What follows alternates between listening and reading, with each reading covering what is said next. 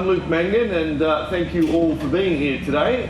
It's an exciting program. We've got 8 of the industry's best to hear from about their ups and downs in the industry and why they are the best in the industry as well. We clearly have a big shortage of chefs and people coming through in our industry, and the Inspired series was started for that particular reason. So I'm going to throw to a video, which is why I started the Inspired series. So there you have it. That's what the series is all about. And now we have 4 amazing people to come up and hear their stories. So if I could all ask you to give a warm welcome to Dan Hunter from Bray in Victoria.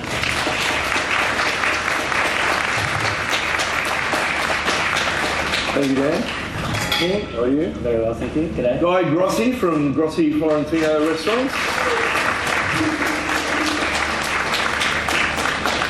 Morning, Guy. Morning. Thank you. Joe Barrett from Oak Ridge Winery in Victoria. Hi, Joe. How are you? And Richard Ousby, who was the winner of the Appetite for Excellence Young Chef of the Year in 2011. Richard. Thank you guys for all being part of this program, and you've all supported it for many years. Very informal chat, but I guess the object is to inspire. And you guys are really inspiring in everything you've done in the industry and are doing in the industry. So Dan, I might just start with you. You've got a regional restaurant in Victoria. Tell us a little bit how you started and how you got into the industry and why. Well, I started quite late, I suppose, compared to some of my peers. I was finished high school, didn't have a lot of plans, went to a few parties, travelled, and at about 21-ish, 22, I found myself washing dishes, saving money to travel.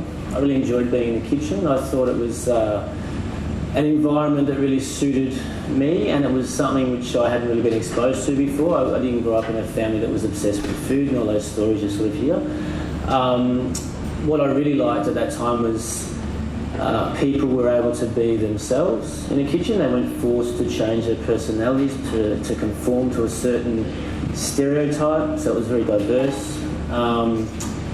And then over time, travelling, sort of actually stole some books from a library and taught myself to cook and got a job in England. Worked as a sous chef at a pretty average pub for about 6 months, cooking out of these 3 cookbooks that I long-term borrowed. And then came back to Australia and started an apprenticeship. And at that point, that was about 23, 24, and I was pretty much in the headspace at that point then. But I really wanted to take this profession as far as I could. Straight away I knew that I wanted to, it was fine working in a pub, and there's nothing wrong with that, but there was a level of cuisine that really interested me, and I started eating in a few restaurants and really, really enjoyed, I really enjoy service. You know, a lot of chefs, kitchen or front of house, but I think what really makes a great dining experience is generally the service and the way people treat you, not necessarily just what you eat. And so, yeah, just sort of went for it, and was lucky enough in my apprenticeship years to be mentored by some great cooks, Philippe Michel, Jeremy Strode, and then a chef I worked with called Joe Varghetto, who had recently returned from working at a 3-star in Italy, Marchesi restaurant, in the sort of early 2000s, sort of said to me, you should really go and check out what's happening in Spain. And I got married to my wife. She has an Italian passport, thankfully. And we moved to Europe. And then I just knuckled down and ended up in a pretty good spot. I became the head chef of a restaurant called Mugaritz, which is a pretty well-known restaurant, top 10 sort of San Pellegrino restaurant. And that's the story. They came back to Australia, and that's it. And Pretty cool story, but I mean, you're one of the best chefs in the country now. You've talked about all the good things. There must have been some hard times in there as well. It's often hard, and it's generally hard. I think anything you do to a certain level where you push yourself, it's hard. I don't find my job easy. It's a misconception, I think, sometimes that you're good at it, so you must find it easy. I'm good at it, and I make it very difficult for myself because I'm interested in pushing things to a certain level. You know what I mean? And we never ever. I don't take for granted my position in this industry in any way, and I think it's fair to say, and those who know me would agree, I hope, but I haven't rested in that time either. And I don't, I'm not sitting here thinking, oh, well, I'm talking to you guys and you should listen to my story because I'm great at it. I'll go back to work tomorrow morning and go, okay, what new can we do and what old stuff can we do better every day? Yeah. I mean, so, look, it is hard, but I think, look, it's a funny time in our industry. There's a bit of negativity kicking around, but I don't have any negative experiences that have harmed the way I look at this industry. I've only ever met great people, had great experiences, ended up in great situations, have been able to travel the world, have cooked with some incredible people, and a lot of our guests who I'd never come into contact with if I didn't run a restaurant are very, very lovely. I treat my staff very, very well. They're not, that's generally what people are like in your restaurant. Yeah. So yeah, I mean, it's a difficult job. There's no doubt about it. I reckon working in emergencies, a doctor's pretty difficult too, or having someone's finances in their bank is pretty difficult. I mean, I don't think we're the only industry that's difficult. I think sometimes we live in a bubble and we blow it all up to say, restaurants are so tough and everyone treats us, each other so badly and we get underpaid and whatever. But I reckon that's probably across the board, to be honest. And I think when you knuckle down and go, I want to be doing this thing at this level, it's hard. There's no hiding that if you want to excel at something, you'll be challenged. Yeah. I like challenges. And I think that's a good bit of advice. Guy, you've got multiple restaurants. Your father was a chef, and I believe that's probably where your passion came from, into cooking and things like that. Running multiple restaurants, getting to that stage, it wouldn't have been easy. Well, no, as Dan says, it's not easy to do anything well, but I think also to do things, sort of half-cocked and not well, that's even harder, I reckon, because it's just there's no meaning to what you're actually, trying to aspire to be and what to do. Like, I feel comfort in the knowledge that every morning I wake up and I think to myself, what can I do today to impact my business? What can I do today to make a difference? How can we improve on something that we did yesterday? And I think that leads into how I run multiple venues. I have a lot of people that work for me and I communicate with them a lot. And I try and be a good leader and inspirational and try and pave the way for them to then show others and mentor others on quality and standard and their approach to their work. And I think having a great team and mentoring them and showing your team that there is positive sort of things going on within our business, within our industry, and there's a real line for them to improve themselves. I find that people are generally really good, and there's only a very small percentage of people that have got innate negativity in them. And I think if people are really encouraged when they know they're in an environment where they can learn and they can improve themselves, and they've got something that once they learn they can offer others. And I think running multiple venues, it's really important to develop that sort of culture within the business. And culture for us is key. That's the king. Culture within our business is what we work on constantly, and we try and stamp out any politics or negativity, because at the end of the day, I try and inspire my team to think to themselves, what is the legacy that I'm going to leave behind? Or think to yourself in your own first person, when I leave from this, don't worry about the time in my business with me, worry about what everyone around you is going to think 3 months after you've left or 6 years after you've left. Are they going to think, wow, that person was inspirational to work with. Wow, they did a great job. I was so happy that they were my manager. I was so happy that they were my chef because I learned so much from them. Dan's mentioned a few names of people that were his mentors, and I'm sure he remembers them for the rest of his life. And that's the sort of person I'd like to be remembered as. And I try and encourage my team to think in those terms so that they are acting and behaving in that way. Very good, very good. Joe, you are a very talented pastry chef. Where does your passion come from? And what keeps you going in this hectic world of cooking? I guess it comes from a different array of things, many things. Nature is a pretty big driver. With coming up with dishes and your footprint that you're going to leave behind. So it's always in my mind of how it affects others, how it affects the environment. That really determines, I guess, what we do at Oak Ridge and what I do. And inspiring people. I think what Guy was saying, making sure that you're being a good person to your team to inspire other people to do the same thing. It's pretty easy when they all kind of fall into place and you're caring about the environment and people. Well, what about some of the challenges with that? You're in a sort of regional restaurant and staff and motivating those staff and things like that. Yeah, that's been the biggest challenge is the staffing, and I think that's across the industry. It's kind of gone from people getting into the industry and staying in the industry, and then now I'm at a point where I manage a team. It's kind of keeping them inspired and keeping everybody interested, but then getting the best out of them and making sure that they're working and growing. We haven't had staff turnover in a long time at Oak Ridge, and we're just kind of going through that at the moment.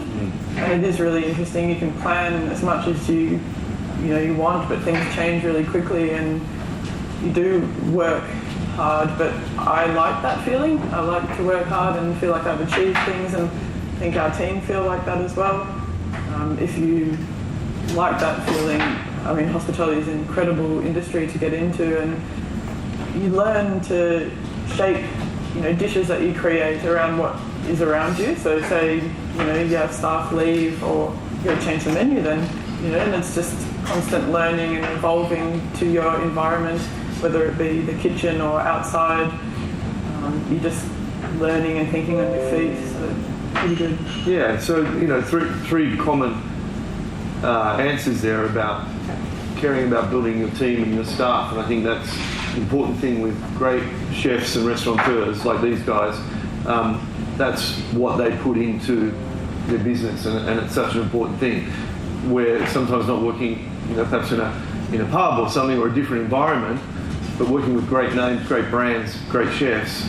There's not just about the food, it's about the culture, the package of what they're trying to do. They want you to leave their restaurant and build a brand or a name yourself, and I think that's a really important message. So that's great. Richard, you're young. You went to work in London in a 3-star Michelin restaurant at the Waterside Inn under Michelle Roux. Oh, you know it as well? I know it as well, yeah. So tell us why you went to a 3-star Michelin and how you got into it.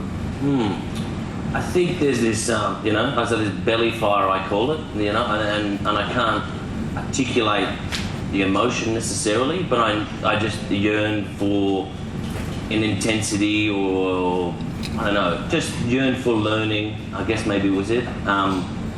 So I decided that a 3-star or a star place was where I needed to go.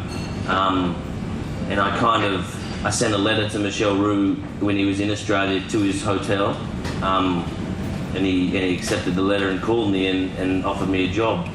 And maybe it was just on the back of someone sending a letter to his hotel room where no one should really know he's there. But I happened to find out through Damien Pinelay, and the rest was history. Working there was just I started cooking again, essentially. I'd been cooking for 4 years. I did an apprenticeship, well, maybe 5 years at that point.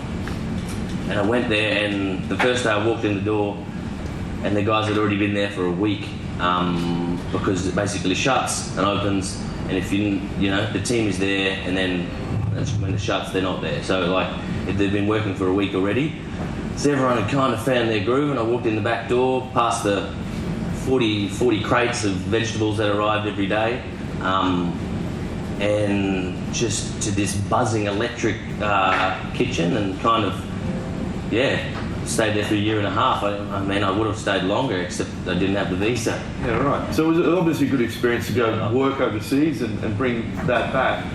Tell me, you won Appetite for Excellence in 2011 as Best Chef, Young Chef. What experience was that for you? What has it done for you? Look, it's one of those things that is like a catapult for yourself and for yourself into the industry. I mean, I always thought that I was rising through the ranks and moving at a nice steady pace, and it was really, I always wanted to move faster, hence why I entered in these sorts of competitions. But it was literally a catapult, so I, was launched into the industry in a way I probably didn't expect. Yeah. I probably didn't have a day off for the next 2 years with the fee and just bouncing around all these different things that were required to be done. But that in itself was another great part of the journey. I really, I didn't have kids, so like I had that ability To do that, yeah. Joe, I hear you're entering a competition towards the end of this year. Tell us what that is, and why do you think it's important to enter competitions? Yeah, the competition, I'm competing in Milan in October at the World Championship of Pastry, and it's something that I never thought I would do. Kind of pretty happy at work, and we had a staff member, Sammy, who worked really closely with me, and she's really interested in cake decorating and things like that, and I had learnt pastelage, which is the white icing sculpting, and had done that at school, and I hadn't done it since, and we all kind of work on projects at Oak Ridge, and I noticed that Sammy had started her cake decorating, and I thought, let's do this competition, and I could teach Sammy along the way, and then we entered and we got into the semi-finals and then got into the Australian finals, and then I won gold and she won silver. It was a bit unexpected, and then so from doing something that I'd done once at school and we just kind of fudged it really, learnt along the way, lots of YouTube. I've learnt how to airbrush since then. I now look at nature in a completely different way. I now look at how a flower is actually formed and what goes into some colourings and things like that. So now it's an international level, and we're in the Australian pastry team, and I have just been training and trying to manage time, and I just learned so much about putting together a whole package. So the competition is based around national art and tradition, and now we're going over to rep something that I'm really passionate about, which is Australian food. It's when I started my apprenticeship in 2007, I remember my head chef asked me, do you want to open a restaurant, or what do you want to do with cooking? And I remember then, the only Indigenous ingredient or native Australian ingredient we were using was wattle seed. And I remember saying, I want to cook the food that comes from Australia. And now I get to go overseas, and I've teamed up with an Indigenous artist who has painted a series of paintings for us, and we collabed, and now our message that we're sending is what Australian food is. They're taking ingredients that some people have never even tried before on an international level, and it's all based around the land. And I'm not Indigenous, and in our team we've got a Brazilian, a Singaporean, and our coach is Italian, and I'm a Melburnian. We're all Australia, and that's what our message is. It doesn't matter, but what we share is the land. And now we have these new skills which I never ever expected to do. I thought I'd just be a chef, but now I get to do gardening, and now I'm doing sculpting and painting, and have found a whole other aspect of food that you can do. So what a great career you can get into. Dan, produce, you grow a lot in the farm, I guess, and is that really important for you about produce being so local? And you're in the middle of nowhere. Your restaurant is amazing. I've been there, but well, not the middle. Half of Melbourne. Yeah. I think it's probably interesting what Joe just said, actually, and that's produce is paramount to what we do. It's paramount to all of us who work in restaurants. I think obviously some people have more of a name in the public eye for being maybe more particular about the produce they use, or for us, for example, we have a large property where we do grow a lot of our own food, and so our menu is structured very much around the season. Yeah. I know seasonality is something we probably all understand, and although in Sydney you only have 2, but we have 4 every day. So I think seasonality is an interesting concept, and people sort of talk. You hear that a lot, and sort of what does it mean? But seasonality is actually about what's available. It's not just about is the sun shining or is it raining. It's about what grows in that moment, or where does something grow at its best. And I guess for us, we try and really hone in on our space, firstly our farm, and then our sort of greater region. And cuisine-wise, really try and just really drill into what that means and what does Australia mean? What does Australia taste like? And for us, what does Australia taste like? What are our plants? What is our foods? And I mean, Guy's family's Italian, his restaurant's Italian, his dad's Italian chef. We know Guy's Italian, but he cooks in Melbourne, and he looks at Italian food through the lens of an Australian immigrant family. And as Joe just said, I mean, they're using Indigenous ingredients and working with an Indigenous artist, but the members of the team, there's perhaps no one Indigenous in that team, but we're all Australian. And I guess in terms of produce, when someone comes to my restaurant, particularly from overseas, from an international guest, I want them to know very much that they're in Australia. That in no way could they eat this somewhere else in the world at that moment. Not only right there, but this is what Australia tastes like. And it is a blend. You've got that clear direction, all 4 of you, on what it's a blend. It is a blend of all our stories. You know what I mean? It is. But if we don't also nail into our produce, like our produce that does thrive and has always thrived here, we don't have a voice as an Australian cuisine. Yeah. It's just it's mixed up. Yeah. We have to incorporate those things. Very good. So just last question, and I'm going to hand it to you, Guy, because I guess you're the oldest up here. Thanks for pointing it out. I'll add. Thanks for pointing that out. By quite a distance, I'll add. But, Guy, if you could give your younger version of yourself any advice now, what would that advice be? Well, yeah. And keep it food related. Don't stay out so late. Go home early. Get more early nights. That's actually a good one. Get more early nights, because you tend to be much more productive. But it's kind of an unfair question, because I wish I would have known what I know now when I was my younger self. But I sort of went through a phase in my life when I was about 25, I reckon, when Dan says he was just kind of starting out, where I thought I knew everything. And then as I got older, I started to learn more and started to know that I knew nothing. And now, at this stage of my life, I realise there's so much more that I still don't know. And that's annoying. It's so annoying, but it also becomes an obsession, and it becomes... You kind of lose a bit of confidence along the way. Like, you start off really confident, but then as you learn more, you start losing confidence, because you think, mate, there's so much out there that I don't know still. And you've got to keep on learning and keep on researching and keep on asking people, what's the guy you bought that wheat from? What's his name? And then ring the guy that Dan buys the wheat from and say, can I have some of that wheat? And because now I know something more that I didn't know today. Before I made reference to leaving a legacy behind, that was a quote I got from someone in Appetite for Excellence going through the judging. And it resonated with me, because it's like, wow, I want to be a great professional, and I want people to remember me for something that I've done that's significant, that's important. Yes, looking through the lens of our beautiful produce. I call it cooking from 2 territories. Cooking from the territory that our parents left behind, and cooking from our luscious territory that we are lucky enough to have in Victoria and around the country.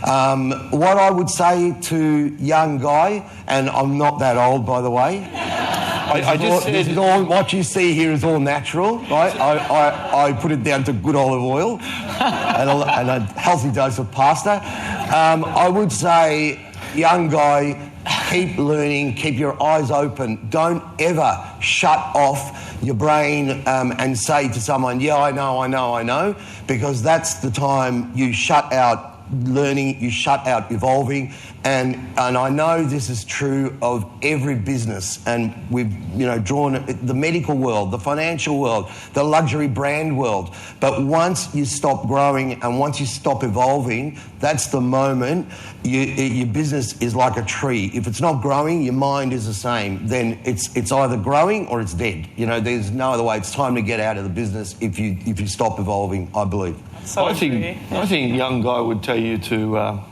Shut up. yeah. He'd say the Italian version of that. Oh, yeah. Well, thank you all very much. A big round of applause for Dan Hunter, Guy Grossi, Joe Barrett, Richard Ousby. Thank you very much. Those guys have just given up their time to be here today for you, and I hope you all pick something up on that. I certainly did. I think it's commitment, it's passion, it's hard work, it's about produce, and it's about having a vision for where they wanted to be. And you can clearly see there's no egos, there's no attitude, they're normal, they're friendly, and they want to succeed in the business, and they have succeeded. They're four of the biggest and best names in the industry, and you've had that opportunity. So big round of applause again.